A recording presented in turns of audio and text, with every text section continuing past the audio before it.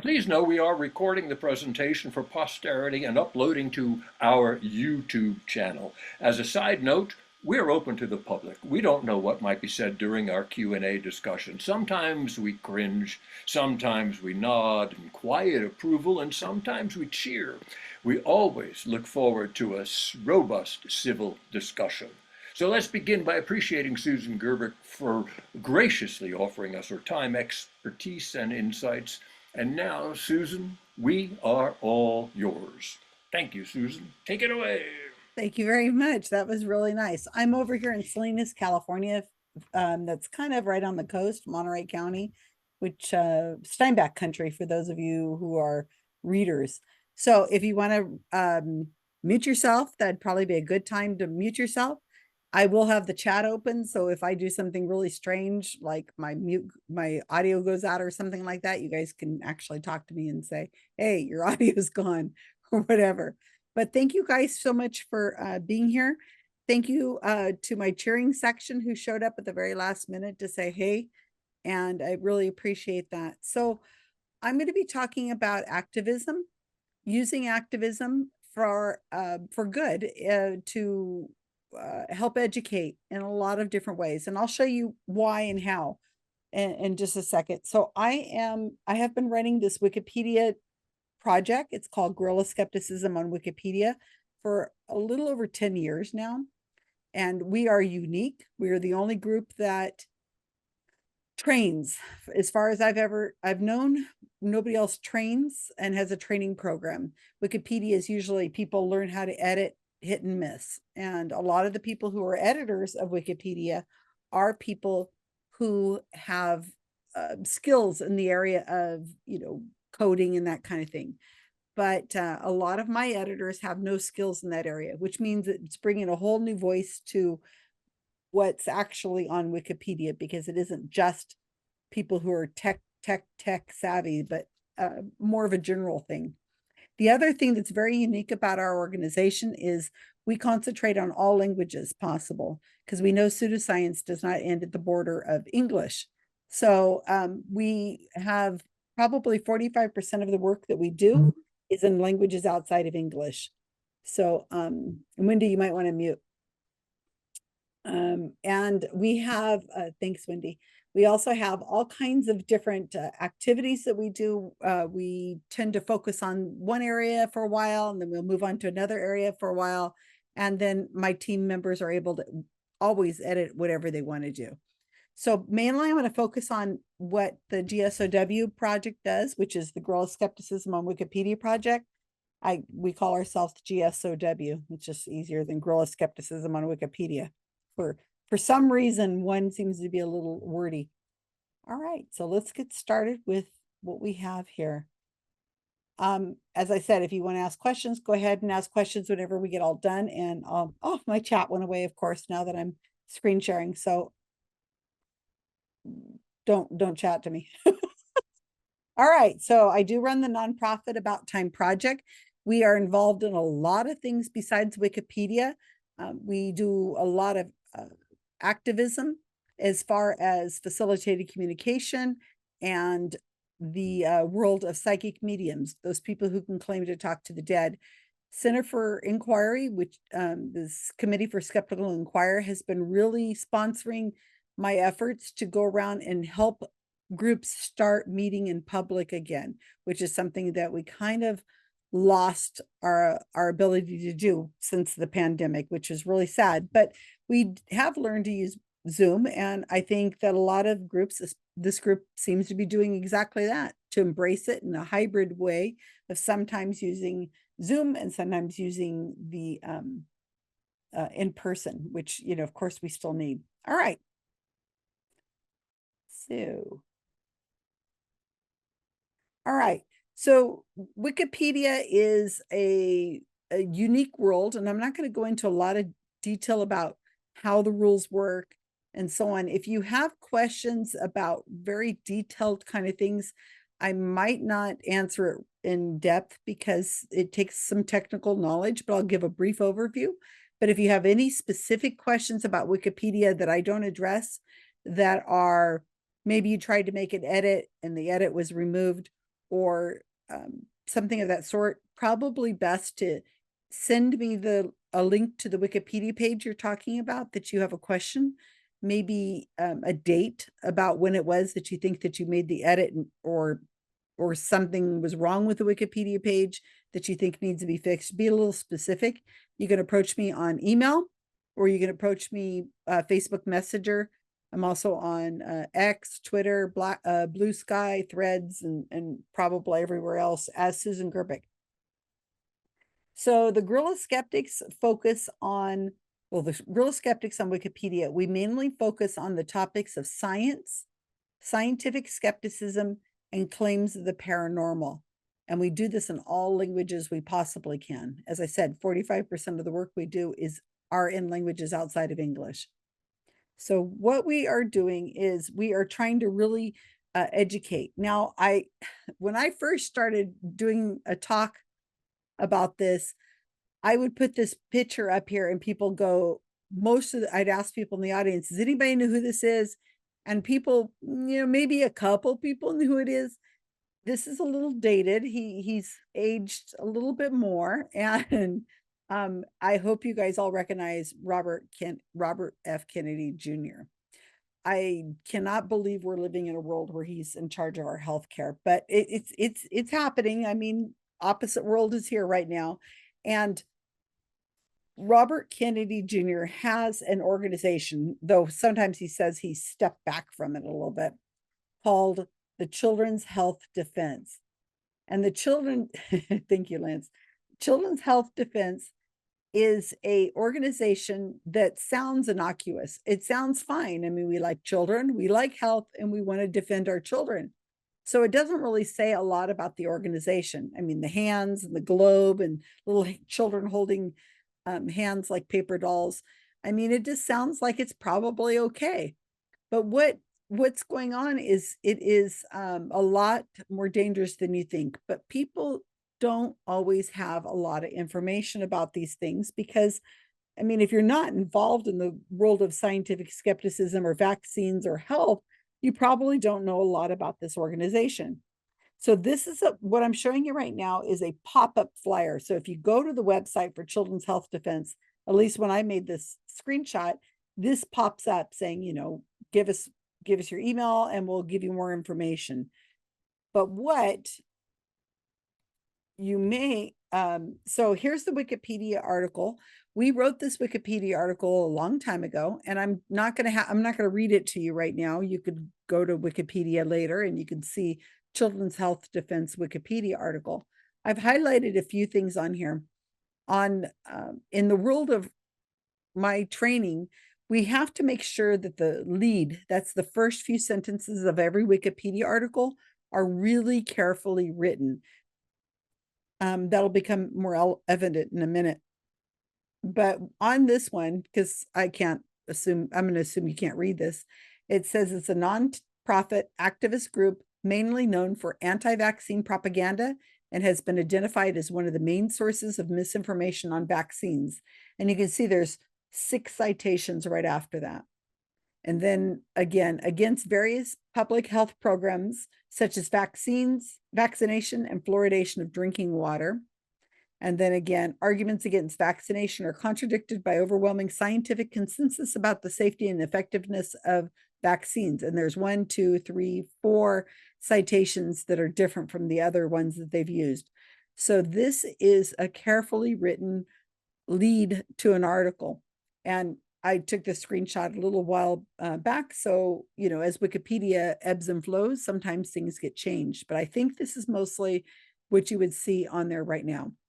On the right-hand side, you'll see a little information bar, Children's Health Defense info box. And then right underneath it is what we have is a way of highlighting that this is alternative medicine. It falls under a category called alternative medicine for people who are just glancing at the article. So most people only read the lead article, the lead part of a Wikipedia page. So we want to make sure that this is in really good shape. And then people will usually glance over the info box, and want to make sure that, like I said, if there's a sidebar to add like alternative medicine, we want to make sure that's on there. In the very upper right-hand corner, you'll see a little lock, like a little image of a lock. And that's because this Wikipedia page is locked. Only people with certain permissions can edit this Wikipedia page. We find very little pushback to the edits we make, which is the question I get most often. This article is locked for people who don't have a history editing Wikipedia. And they want to do that because there's been so many problems with people coming over trying to make changes, trolling behavior, supporters of anti-vaxxers and so on, trying to just waste everybody's time. When they try to make an edit to an unlocked Wikipedia article, it's usually reverted in seconds. So it doesn't last on there very long. So that we don't really deal with that too much. Okay, so moving on. All right, what you didn't probably notice when I first showed this to you is this in red here. It says censorship is hiding us from you. That was on the first screen I showed you. And what they mean by that is if you go to the blog that was in here, it says, under the guise of fact-checking, Google, Wikipedia, and other tech companies falsely accused Mr. Kennedy and Children's Health Defense of spreading misinformation about vaccines and other urgent health matters. Wikipedia refuses to correct their inaccurate entries despite our numerous attempts to provide them with the truth. So they're saying they're being censored against, and Wikipedia is acting against their interests, which of course is not true. That is not how Wikipedia works. It is not, they have no understanding of Wikipedia, or they do have an understanding of how Wikipedia works, but they're choosing to tell people in their world that that we're at fault. And they can complain all they want, but they're not going to be able to change the Wikipedia article. So this is a Wikipedia page view stat. Now, this is going from 2019, when we first created this Wikipedia article, to March 12th, 2025. And it's showing us that the Children's Health Defense Wikipedia article has spikes of whenever it's viewed. And it's light blue. I don't choose these colors, you guys, so hopefully you can see that. But what it's showing is there are days when there's huge spikes, up 7,000 views, almost 6,000 views in a day, probably because something was in the news. It was mentioned somewhere by somebody prominent, and it gets a lot of views that way. And you can see that since we created this Wikipedia article in 2019, it's got 744,476 views. Now, we don't know if it's the same person viewing over and over. We don't know how long they spend on the Wikipedia page. It could be seconds, or it could be, they're reading it all the way through. We do not have access to better knowledge than what I've just told you. So at least 744,000 times this Wikipedia page has been accessed. So I'm going to talk about this woman here. Her name is Barbara O'Neill. You don't know anything about her probably. She's from Australia. And when we created her Wikipedia page back in the day, she was barely notable enough to be able to have a Wikipedia article. She was really a nobody. But you can see kind of the same format here, where we very carefully write the lead of the article so that the very most prominent things are at the very top. She is an Australian alternative medicine personality known for promoting dangerous and unsupported alternative medicine, and so on.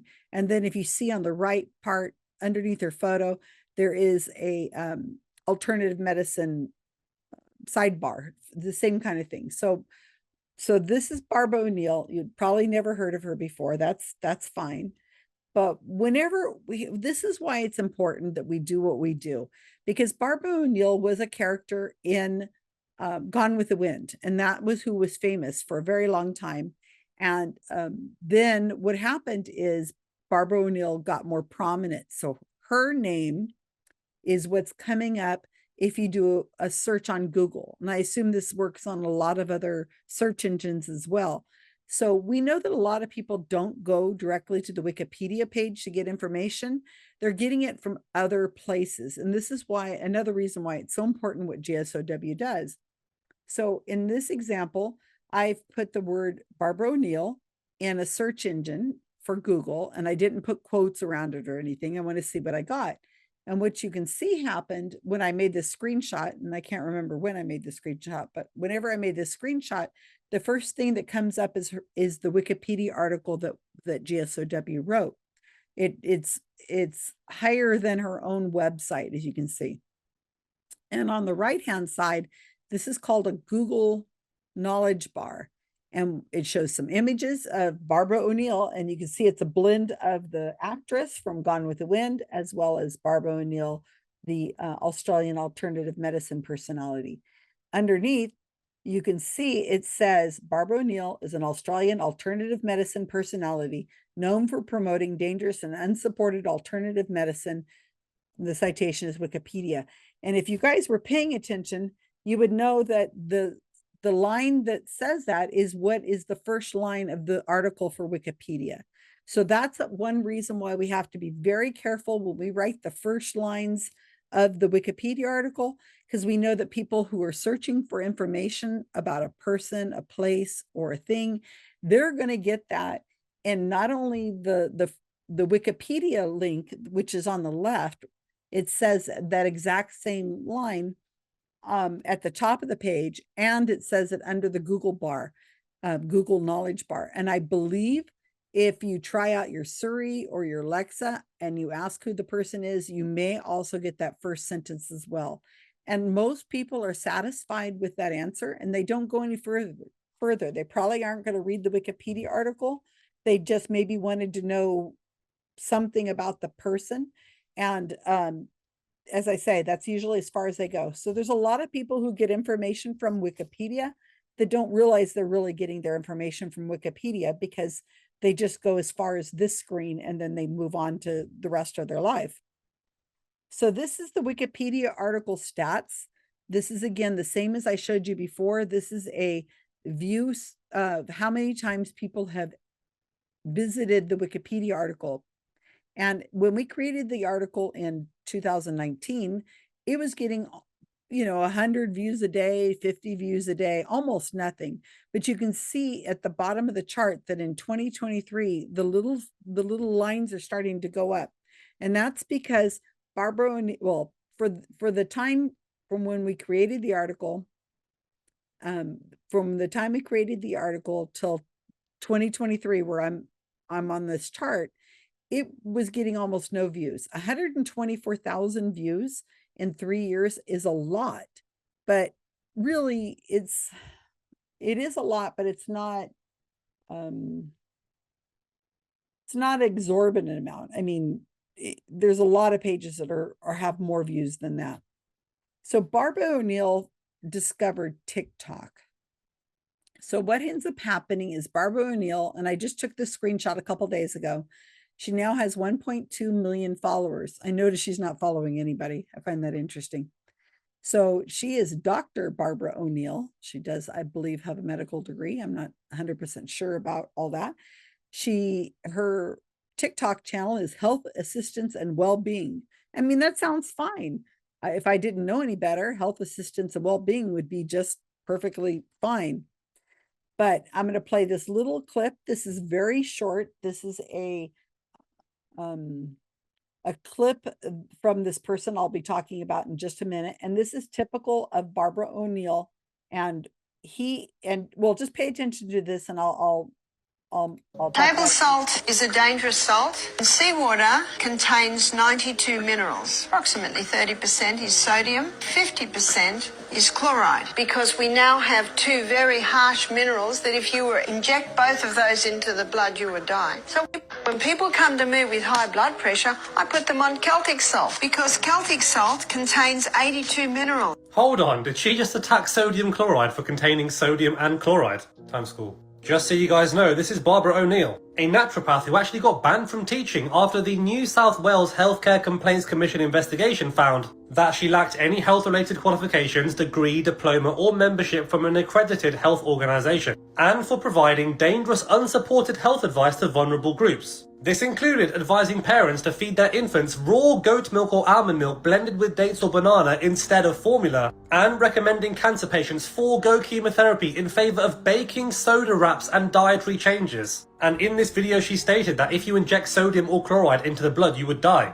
This is how I know she has no clinical experience at all. Do you want to know what I prescribe every single hospital shift I work? These bags of fluid with literally sodium chloride inside it. But of course, as with anything, there will always be a toxicity point, but that doesn't make it bad, so I have no idea what she's on about. And lastly, trace minerals in the salt do not make it better for hypertension. Controlled trials show unrefined salts do not make any difference to your blood pressure. Salt is salt. Class dismissed.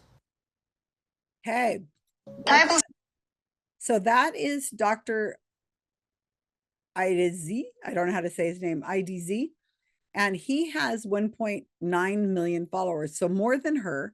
But he gets a lot of views. And I don't know if you noticed it or not, but this doctor gets hundreds of thousands of views on each of his TikTok, like I just showed you, which are usually about that long. So that's a pretty typical TikTok video by this doctor, is that he is using a Wikipedia article for his reference.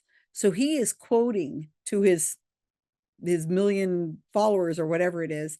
He's quoting exactly what my editor wrote when we wrote this Wikipedia article.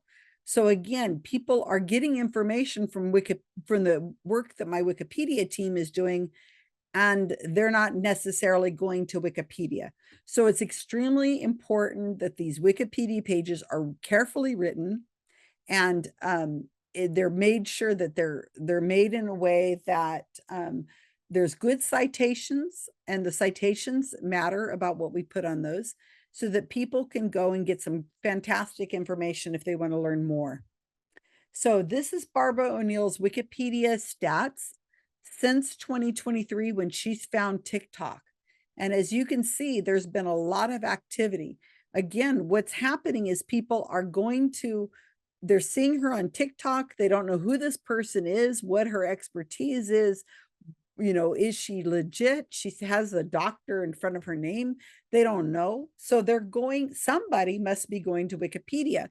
And to be more clear, there's over 4 million page views since we created this Wikipedia article in 2019. So 4,389,744 views is a lot of views. So that's a lot of people who are getting some sort of information.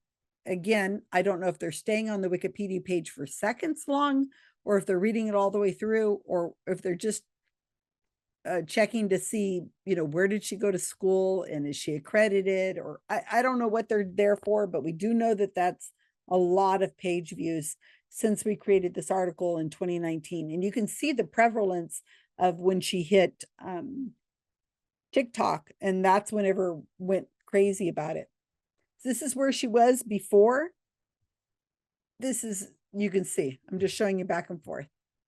So I'm going to just briefly talk about Jessica Ainscough. Now, this is another Wikipedia page we wrote, and Jessica Ainscough has received prominence lately, and she's become very prominent now. She's dead. She died at the age of 29. She's another Australian, but she was very popular back in 2010, 2011, 2012. She had cancer of her inner arm, and they wanted to amputate her arm at the shoulder, and she refused to do that. They said, that's your best chance of surviving cancer. And she was a young woman, and she didn't want to lose her arm. So she tried alternative methods. And not only did she try alternative methods, she became one of these bloggers she called herself the Wellness Warrior. And what they were able to do is she led a lot of people astray as to what she was doing to fight her cancer. And she said she's curing her cancer. Not only a lot of followers, I mean, this woman had a ton of followers, but also her mother got cancer as well. I think it was breast cancer. And her mother eventually died from her cancer. And then Jessica dies as well in 2015. She's only 29. And again, this is a lot of dangerous misinformation she gave to people. So we wrote the Wikipedia article back in, years ago. I thought it was years ago. I can't quite remember now. But you can see she got almost no views up until February of 2025. And what happened is Netflix has a docuseries out, and I'm going to forget what it's called. Somebody can put it in the chat, and I'm sure you know it. Apple vinegar something. And it's loosely based on Jessica Ainscott's story. And you can see here all the views that she's getting because it's now on Netflix. I don't know. I haven't watched the series. I don't know if they're actually naming her, but people are able to find out who she is.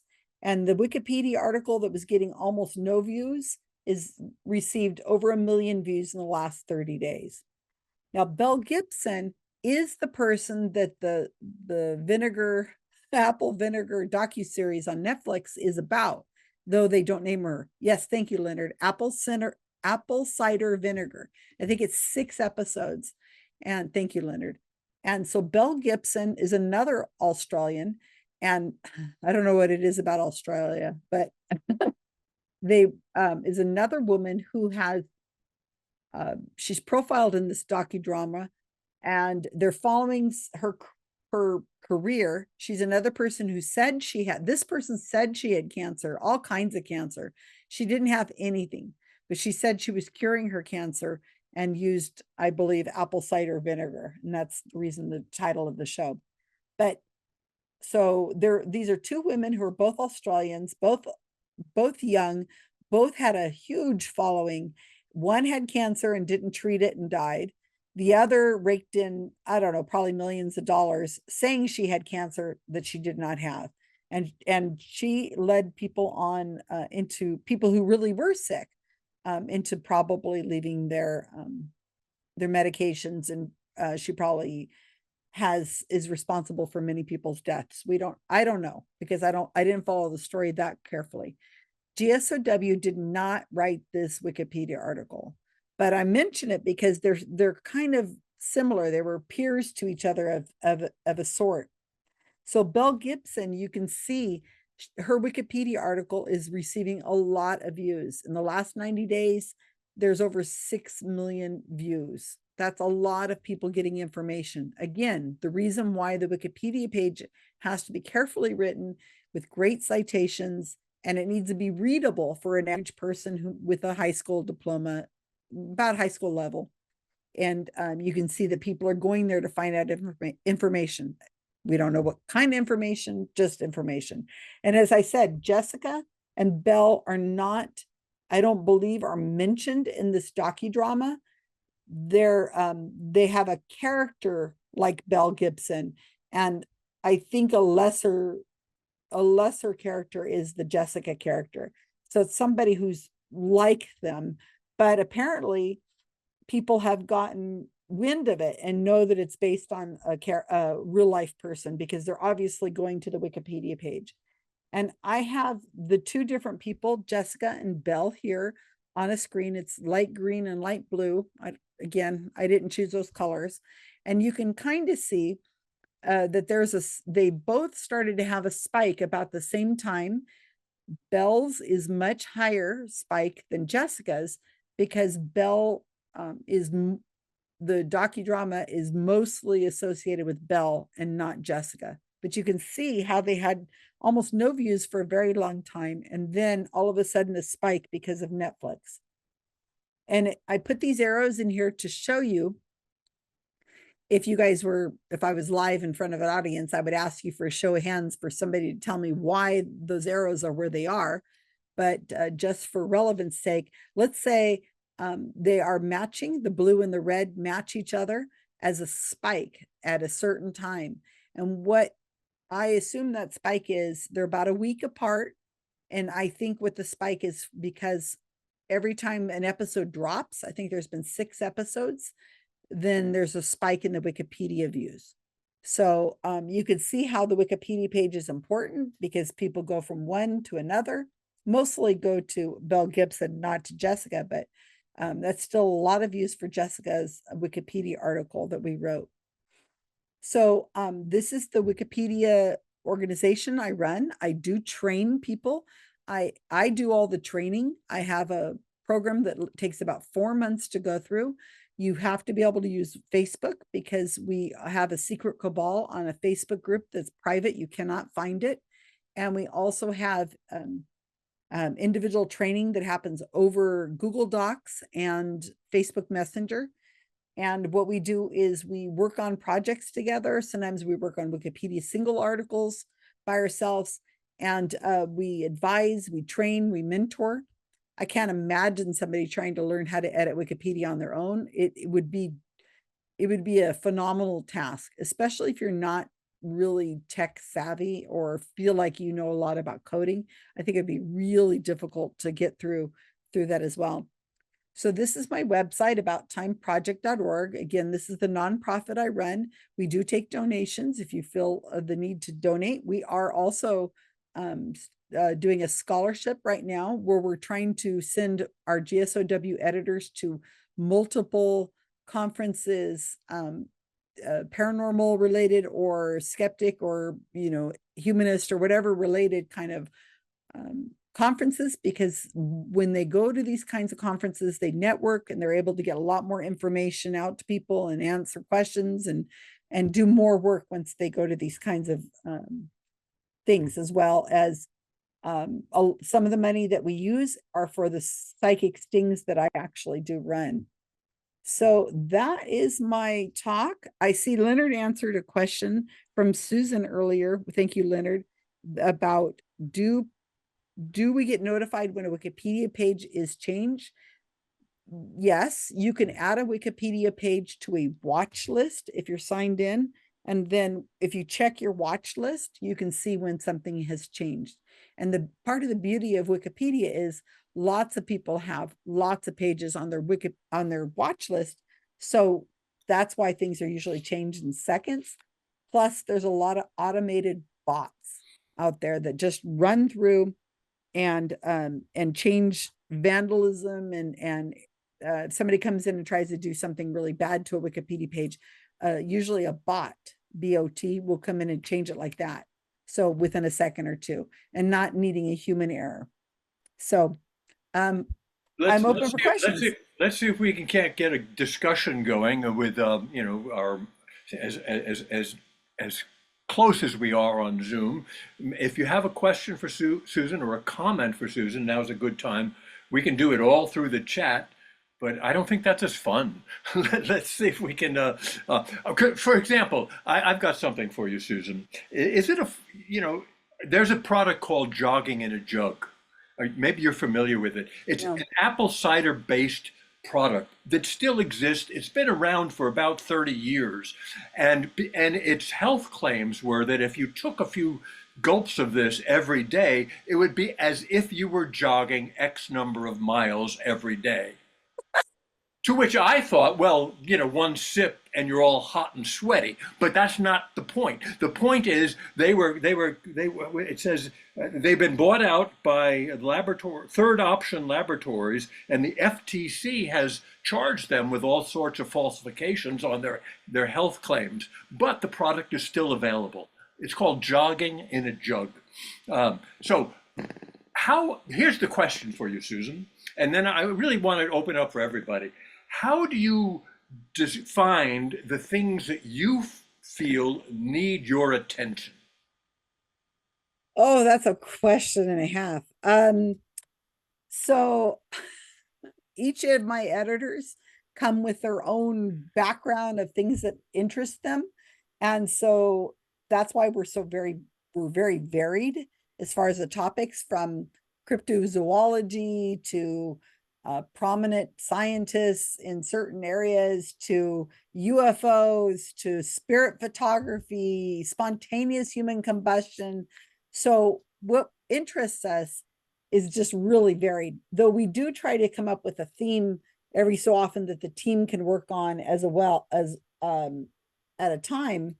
But you know, it's very hard to write a Wikipedia article.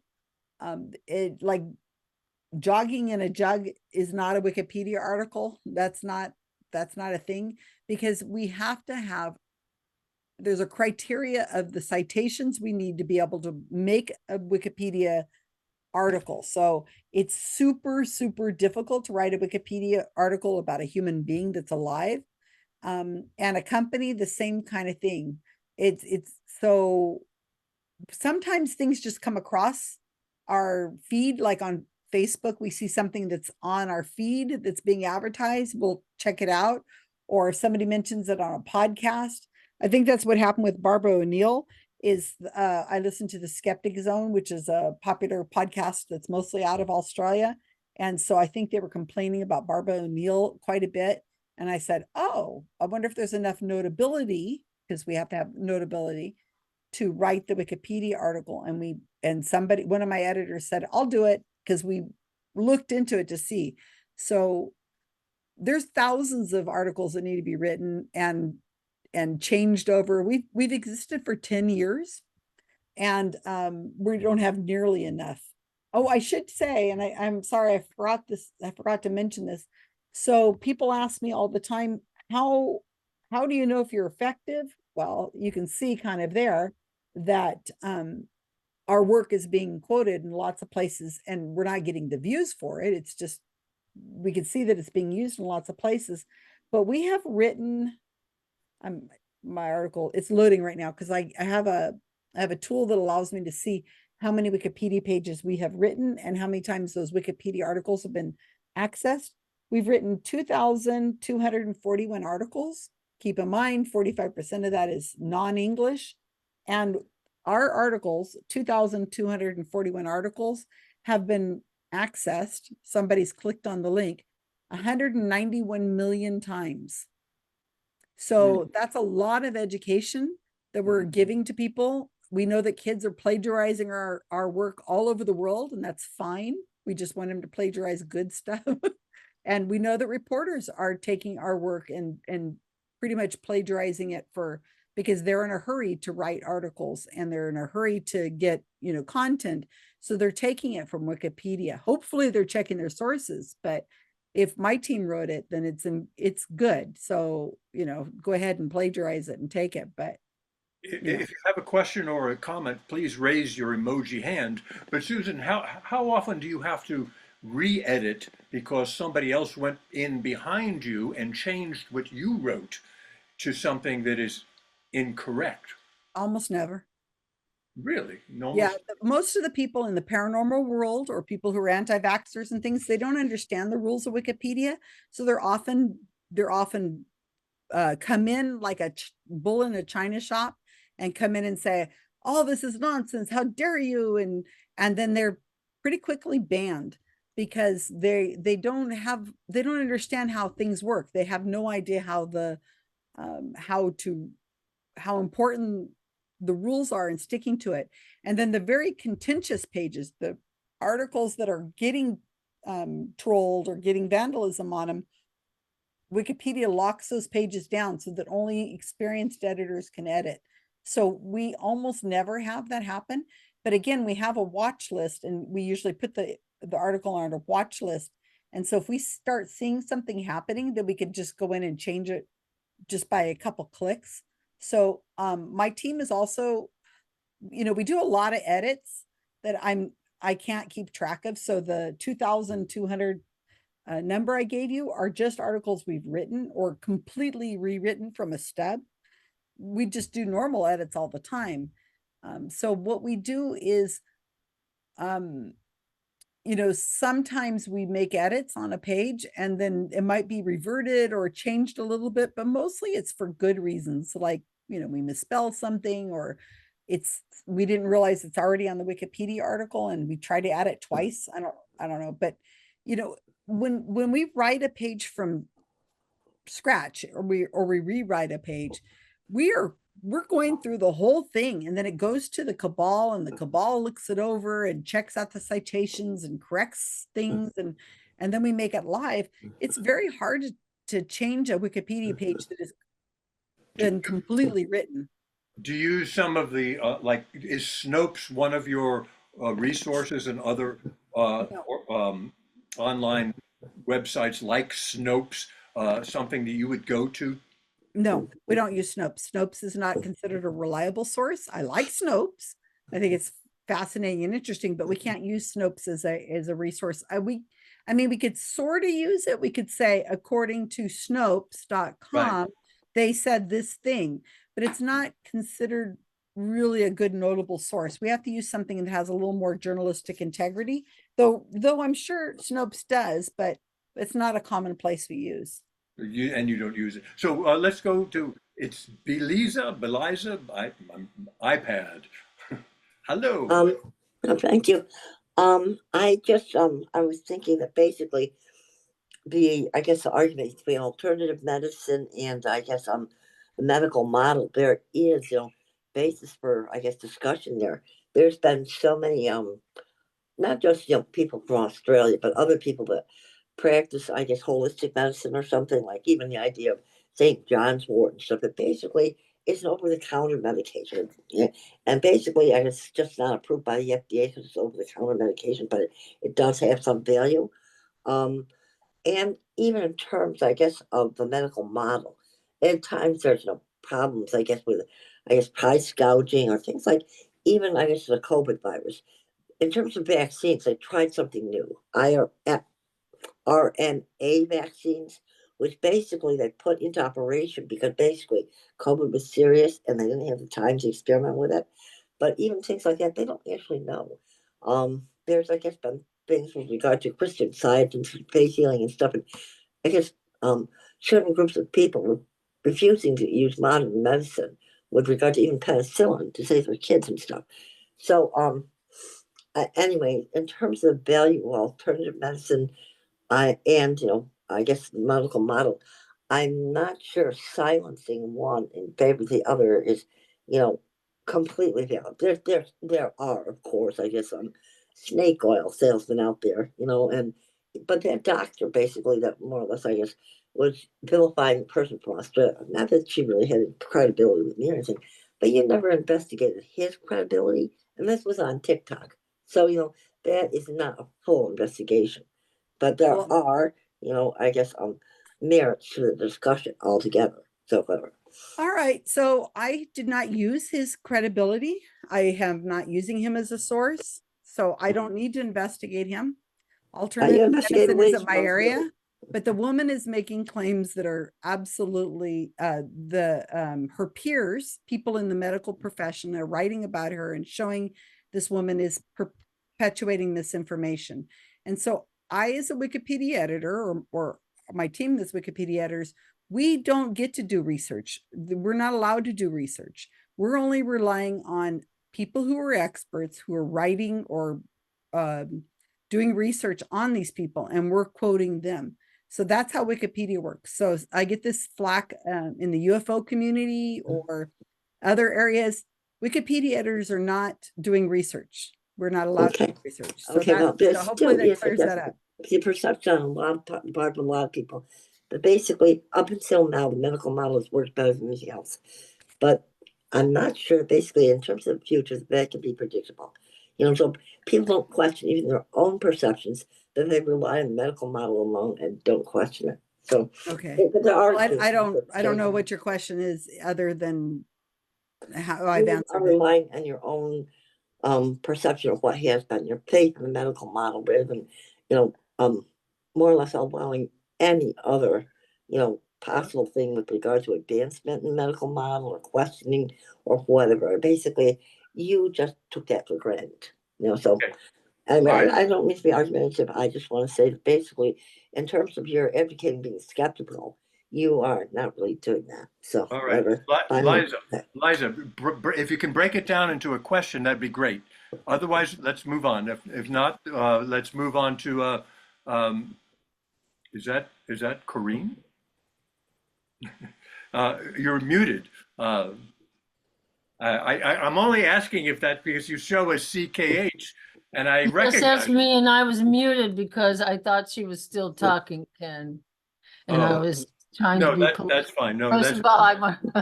That's okay. you can raise your hands while people, your emoji hands while people are speaking, Sure. and we'll just go down the And line. there's a couple questions in the chat too. We won't forget you. Yeah, well, we'll balance all of that. But let's. Oh, yeah, let's, my question is really fast because actually I had a bunch of questions because as Susan was saying, Wikipedia is really interesting and it's way more complicated to do, I guess, than I was ever aware of. And she's right. It takes, some kind of lessons to really understand that. So I had a bunch of questions and some she already answered as, before I got this chance. But so one thing I did want to know though is so do you have to actually do your page, not you, but your page? Does your page actually have to have been violated somehow by somebody before you can get Wikipedia to stick that lock on there?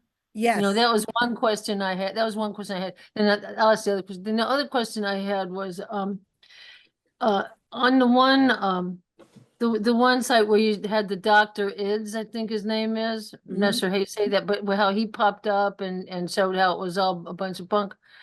How do you get how do you get that to like happen on a page? Like if there's a page and oh, she's really bunk.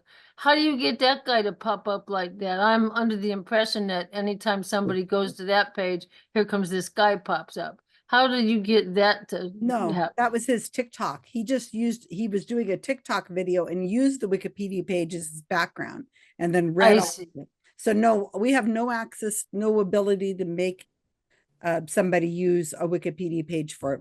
The only reason why I brought that up was to explain to you guys that Wikipedia is being used as a reference in places that are unusual. So a person does not need to go to Wikipedia to get the information that we. Oh, they can go to TikTok. It could be Yes. anywhere. It could be a news article. It could be it could be something on mainstream media. They're quoting it. You have no idea.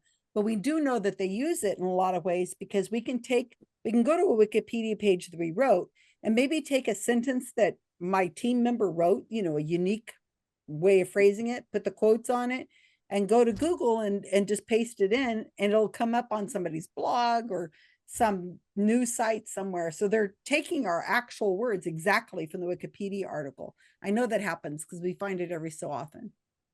Right. So you said that your page doesn't have to be violated in order to get Wikipedia to stick the lock on for you? No, they have to be. Wikipedia really does not like putting locks on Wikipedia articles. They really dislike it. And there's levels of locks. So, and what they usually do is most people who troll pages come in for a day or two, do a lot of damage, and then they're gone. So they usually lock a page for a day or two. And then if the trolling or vandalism continues, then they lock it for longer and so on. But usually they're not going to lock a Wikipedia page unless there's a lot of vandalism that's happening over a period of time. And so it happens on really popular pages that you guys have probably seen. But you can look up in the upper right-hand corner and see that it's probably a page that's been vandalized so much that they've locked it. But most pages are locked temporarily for a day or two until the troll tends to go away and loses interest. They can't get anywhere, so they just move on. Yeah. Okay. And then the other question I had, you actually already answered.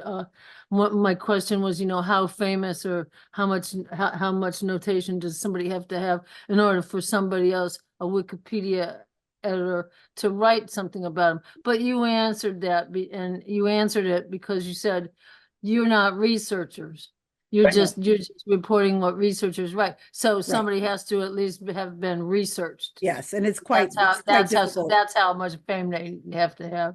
Thanks. Right. Thank you so much. Thank you for being here. There's a question in the chat, Susan, that I want to ask you. It says, do you have any thoughts regarding the reason for the popularity of misinformation?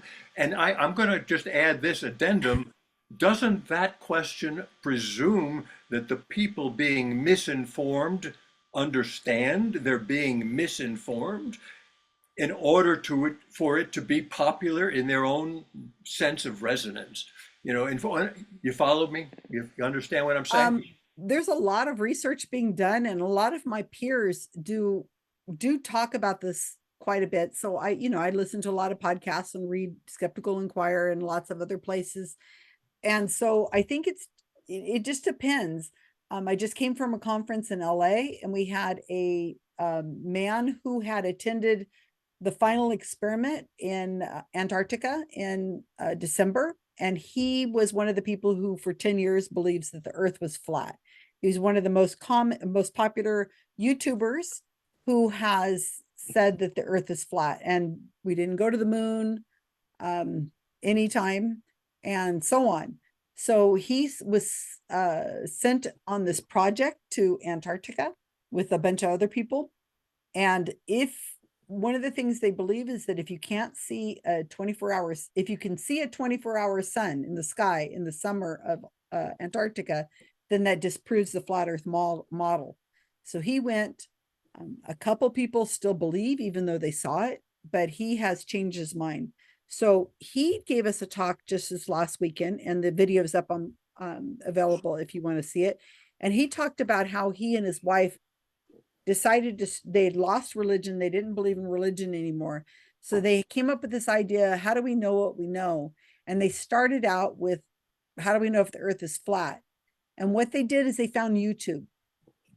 And he talked about his process of how once you start questioning these kinds of things, what ends up happening is the algorithms for YouTube, and not just YouTube, I think a lot of other places, if you start watching videos on kittens, you're going to get a lot of videos on kittens on TikTok or Facebook or wherever, because they want you to stay online as long as possible. So what ends up happening is they start feeding them more and more propaganda, not only about like flat earth, but maybe about 9/11 conspiracies or Havana syndrome or on and on and on. And you start going and you find a community of like-minded people who support you, who also believe that way. So a lot of these people, we think, are falling into this rabbit hole and not able to get out because they found a community that supports their beliefs. Also, the algorithms hurt as well, though it's gotten better because YouTube is now aware of it. And once you're in the rabbit hole, you can't save face. You just can't come out. You're going to lose everybody. But what I personally think is going on is that we are not, as a community of hopefully thinking people that are thinking seriously about this kind of stuff, we're not kind to those people. And so if somebody was to say they have a belief in the flat earth, we tend to roll our eyes and cross our arms and go, oh my gosh, what an idiot you must be.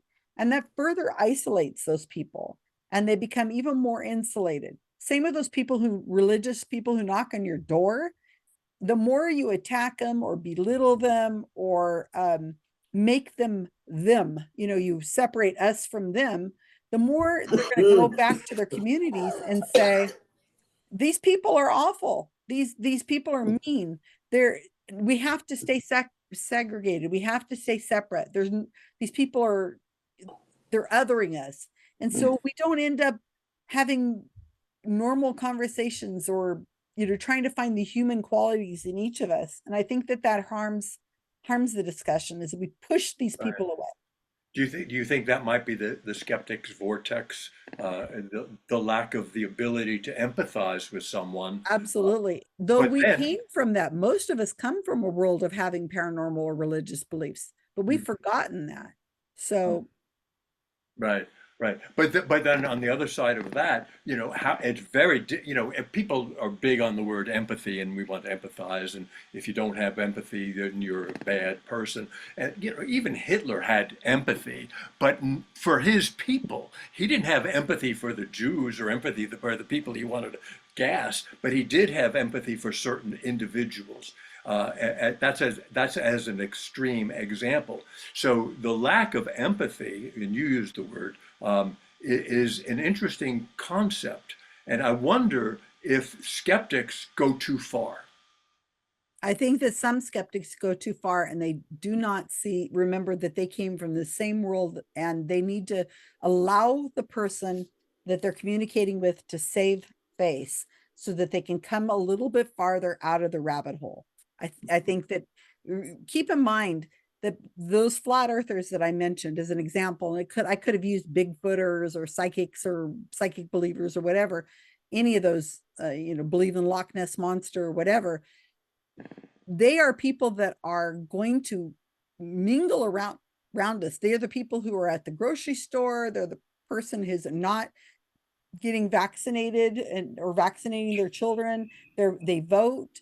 We have to find a way of being able to communicate better and to be able to get along, and again, to see if we can figure out how we can have better conversations. And I think that if we are just ridiculing them and pushing them away, I don't think that's helpful, even though it might feel satisfying in the moment, but I don't think it's helpful as a society to make progress to getting to where we need to be. One more comment, and then Fred, and then to Susan, Susan Erchter. But one more comment. It's also very difficult to have any kind of empathy, sympathy, or feelings or compassion for any group of people who are trying to kill you. Gaza, Ukraine, those examples. Let's go to Fred. Yeah, I just comment. I am glad that these some of the wiki pages are are difficult to change, because I know that plenty of people have all sorts of bizarre views, and but especially of history, or as well as medication and everything else. But it seems like the online world is both a wonderful place to find all sorts of good information, as well as a sinkhole of a lot of complete misinformation. More than it was so much easier to find the misinformation than it used to be. I would think. Yeah, say 50 years ago, but or even maybe 30 years ago.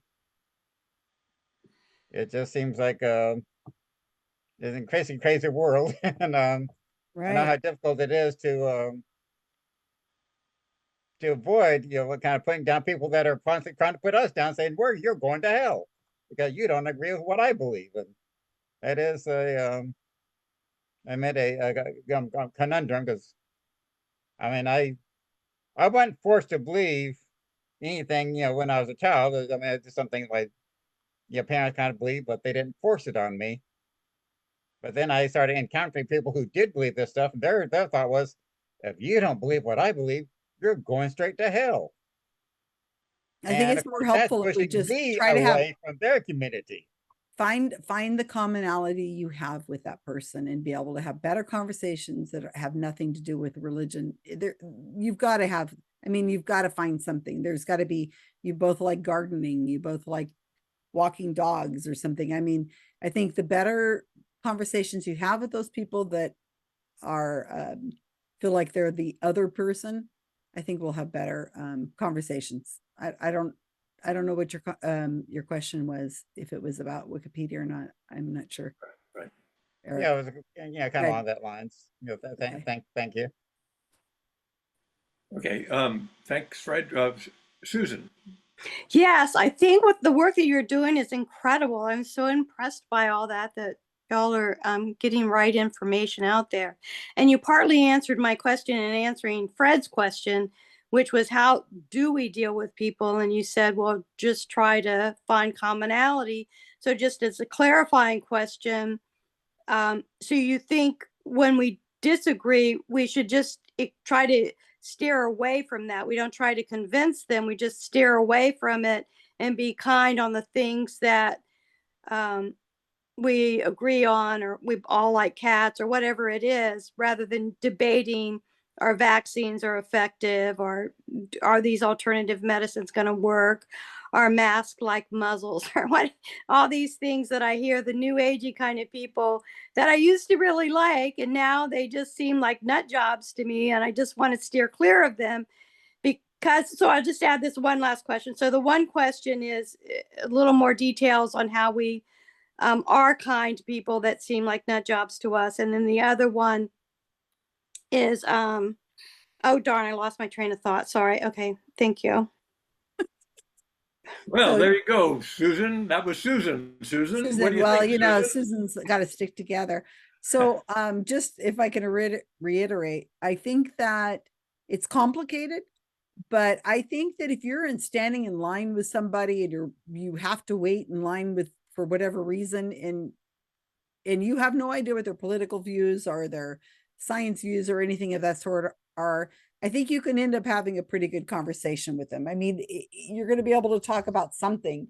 And I think if we could try that, just assume that they don't have opposite beliefs of you, because they may, then again, they might not. They might have some differing views than yours. So just try to have better conversations. I think that a lot of people don't understand that we're using different vocabulary, even though we're speaking the same language. Words like theory or energy or evidence, they mean something different to a different person. So if you can find, if it's a person that you're having a conversation with, that is somebody you like and you need to interact with them on a regular basis, like a coworker or somebody in your like an in-law, it's best to find something common. Like the flat earther I was talking about, that came and gave us a talk last weekend, him and I, you would think we probably wouldn't have a lot in conversation, but he's raised in the same area that I live now. So we could have easily have had a conversation about what it's like to live here. Also, I do a lot of work in the psychic world, psychic medium world. And I mentioned that and he's like, go get all those psychics. They're awful. They're horrible. So we would have agreed on that subject. And it's important that if you have a subject in common, especially if it's a pseudoscience subject, try to have a conversation about something you agree on, because while you're agreeing with them, you'll also start learning how to have better, you're defining the words. Like you could, if you're trying to like, here's a flat earther and here's me, and who's not a flat earther. But we could talk about psychics and what does it mean to have evidence of a psychic? I mean, how would you prove it? And so you can have that conversation, and then words like theory and evidence and energy start having a definition that we have a common word for, and maybe then we can have better conversations about whatever it is I want to have a conversation with. It's not easy. It's and you got to pick your battles. Are you standing in line with somebody for 5 minutes versus somebody who's going to be sitting at your dinner table with your married to your brother or your sister? So I mean, those are totally different conversations, and depending on the harm that the belief they have may depend on how much you just kind of go, oh yeah, Bigfoot, cool, let's go for a walk in the park, that's cool, Bigfoot, cool.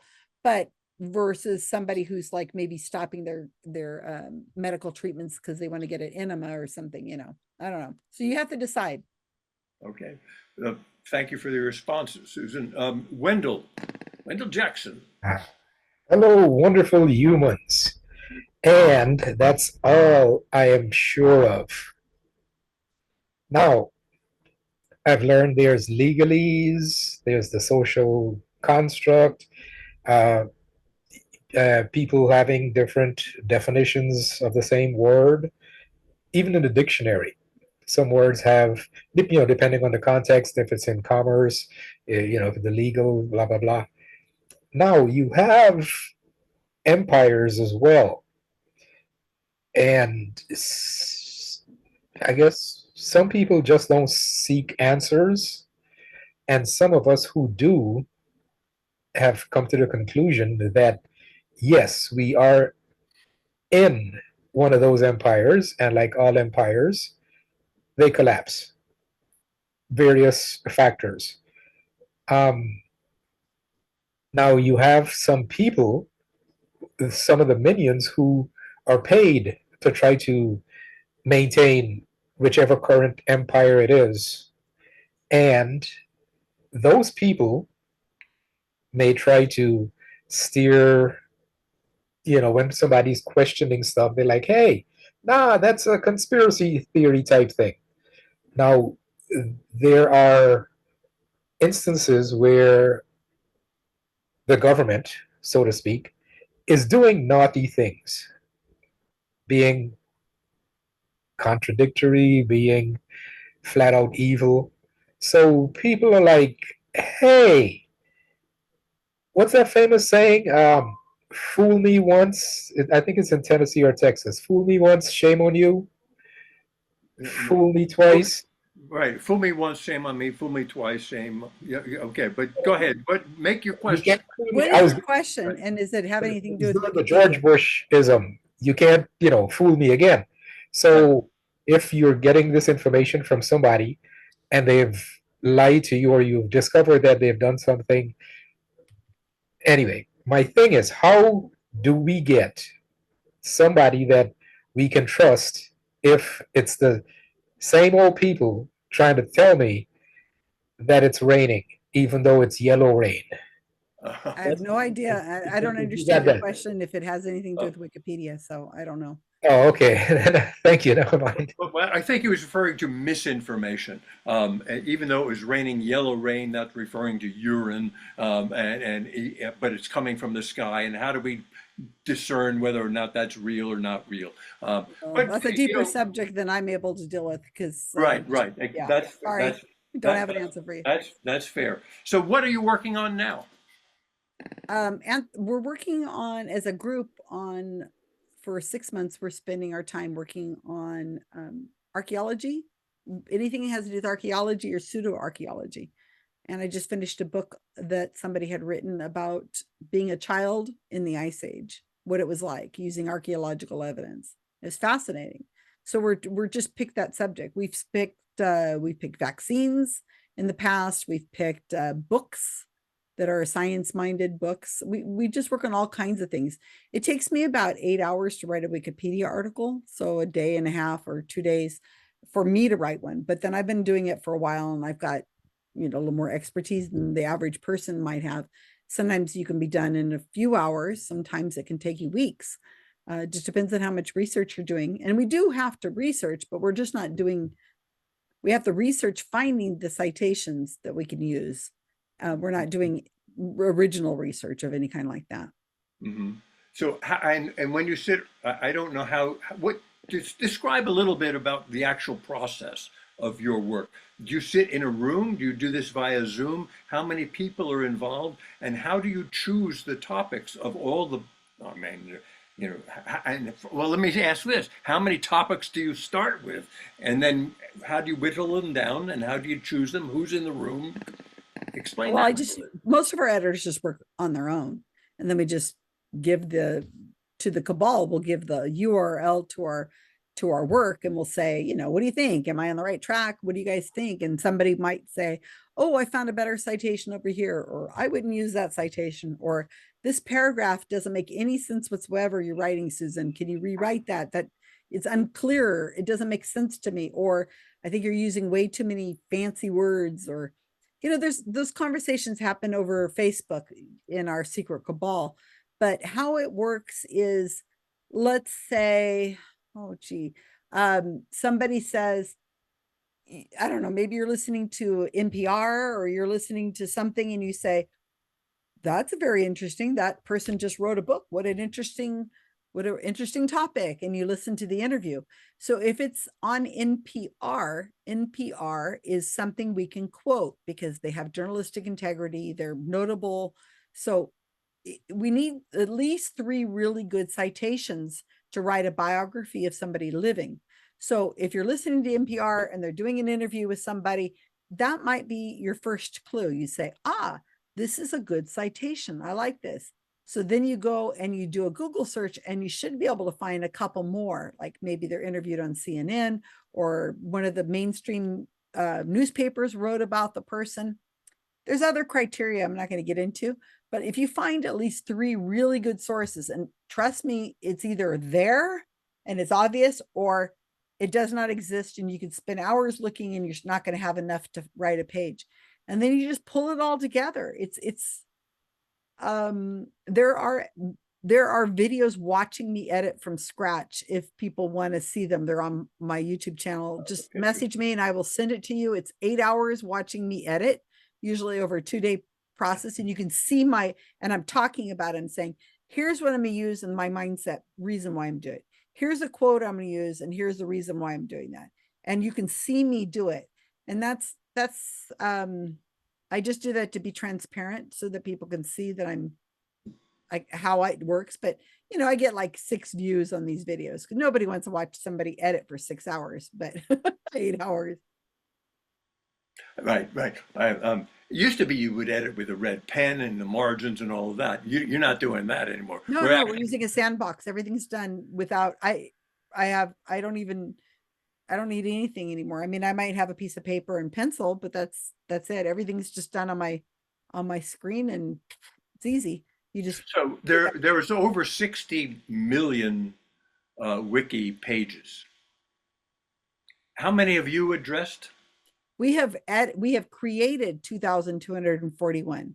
Okay. Some of those existed before, but we rewrote them they were a stub and we made them into something really nice. But that's just a drop in the bucket. And Right. remember, we're doing this in languages outside of English, 45%. So it's Right. not, it's a lot of work. Some pages are really, really well written, and some pages are just nonsense. They're just not good. And how do you do your, then we'll go to Corinne, but how do you do your translations? Oh, we have a native speaker who's gone through the training process. They know how to edit Wikipedia. We don't use Google Translate. We don't use anything like that. Everything's usually done from a native speaker. Mm-hmm. Okay. Or, you know, an expert speak, you know, they might have Right, yeah. learned it in school, but Google Translate is good, but you don't necessarily, if you don't speak the foreign language, you don't know if it's accurate. yeah, we don't use Google Translate unless, I mean, somebody might. I mean, it might be, and I've seen people say that they've used ChatGPT just to kind of, because you've got to put it into your own words. Like if you're writing a 4 or 5 a paragraph, somebody could start with ChatGPT or one of the AIs to figure out how to make the words sound more high school level. But you know, we're refining it, of course. So it's not something we normally deal with. But it's an interesting idea. But you know, we don't take what ChatGPT says. We just might use it to help us with our verbiage. I see. Okay. Thank you, Susan. CKH, aka Corinne. Corinne, you can call me Corinne. Sorry. Yeah, I just had a question. I was curious. So you have to go through some sort of training and present yourself to Wikipedia and get qualified and chosen by them to be able to do this, or No. you don't, so you're not like contracted with them, or it's No. okay for you to come do it. Anybody could come on here, and Yes. if they just know how, they can do it. Yes. You could go right now, you can walk over to a Wikipedia page, hit the edit button and edit. You don't have to have an account. You have no permissions, nothing. You just walk up and you edit. If you see a misspelling, hit the edit button, go and fix the edit, change the spelling, hit publish or save, and you're done. So nobody's looking over your shoulder. Everybody can edit unless you're banned. So you don't even need an account, and it won't even show with your name or anything like that. It just shows your IP address. So no.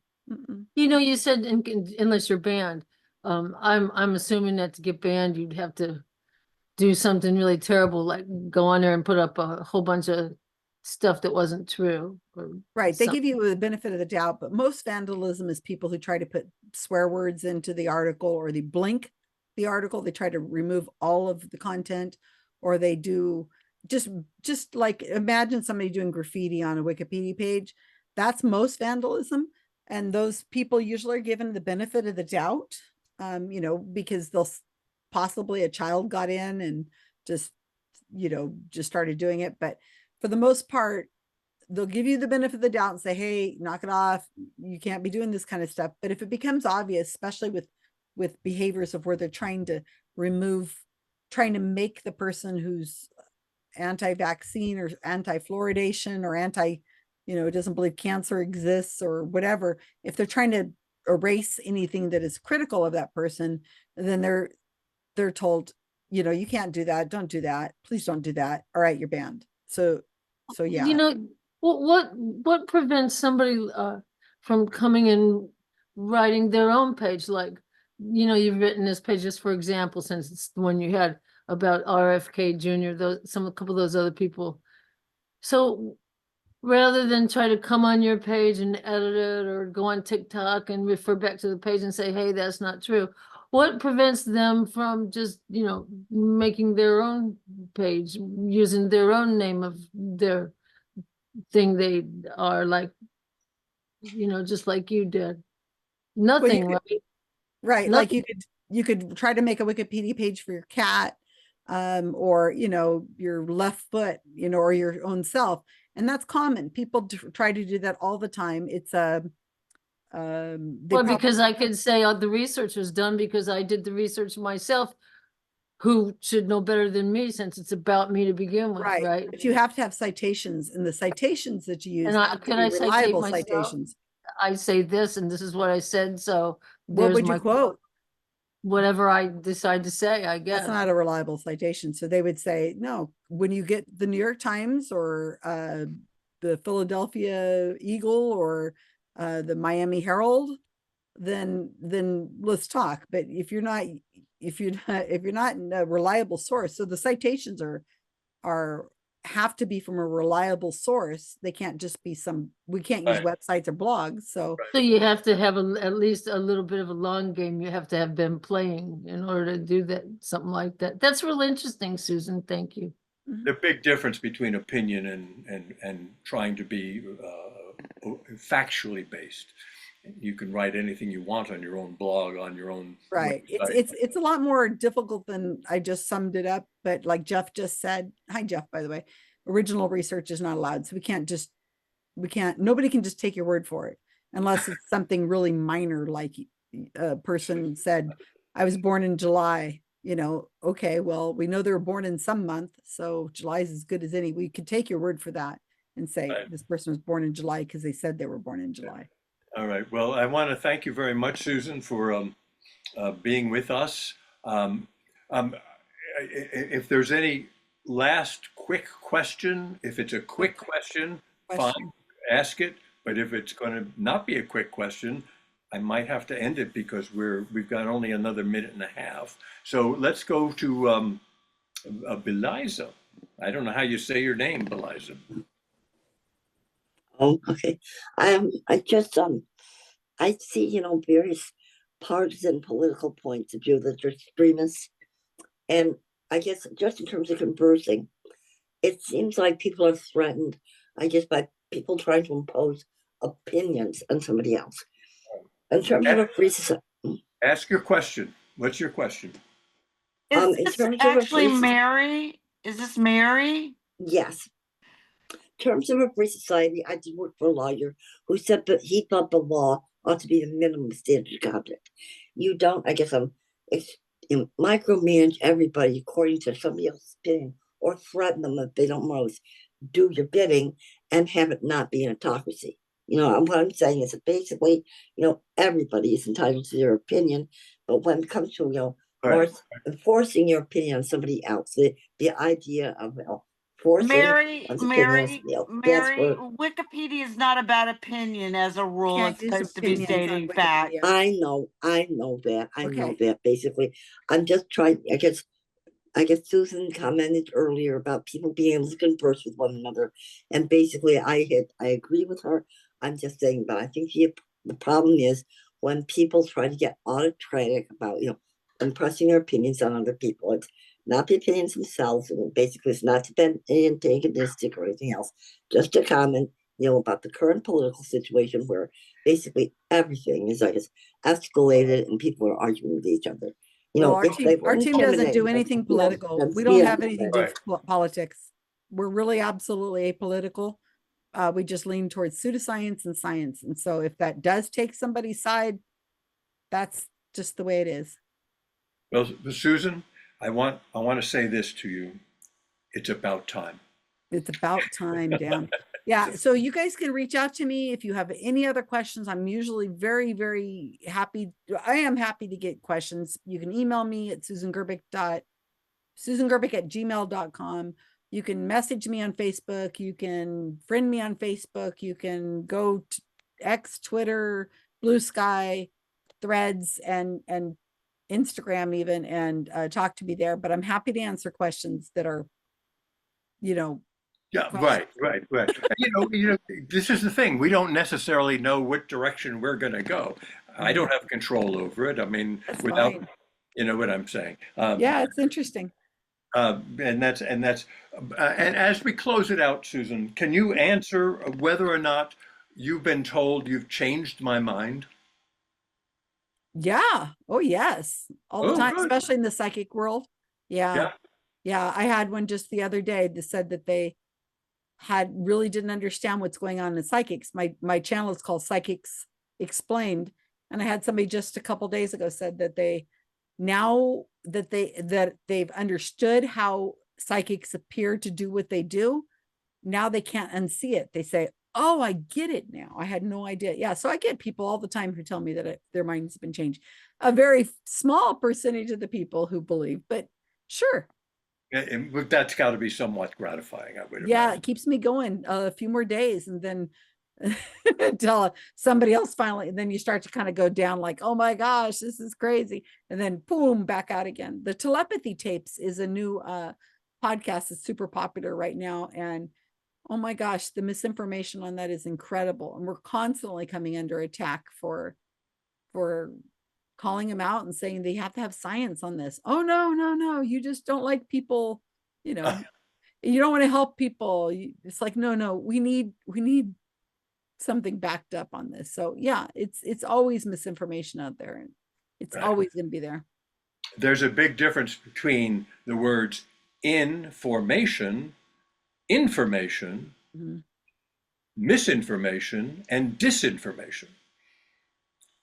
They're all different and all have different connotations, and you're focusing on misinformation. And right now, I think we've gotten a lot of good information from you, Susan, and I appreciate your time with us, and I really do. And this is a good time to say, raise your emoji, clap hands, or take yourselves off mute and say thank you to Susan for spending some time with us. And Sure. for those of you who had questions, they didn't get to ask them. I apologize for that, but I do appreciate you very much and No your work, problem. Susan. Thank you Reach so out much. to me if you have Great questions. job, folks. Susan. Thank you very Great much. job. Great job. And thank great you, job. my cheerleading Yeah. team, for showing up. I appreciate it. All right. That's it. Thank Night, you. all. Drive Bye. safely. Drive safe.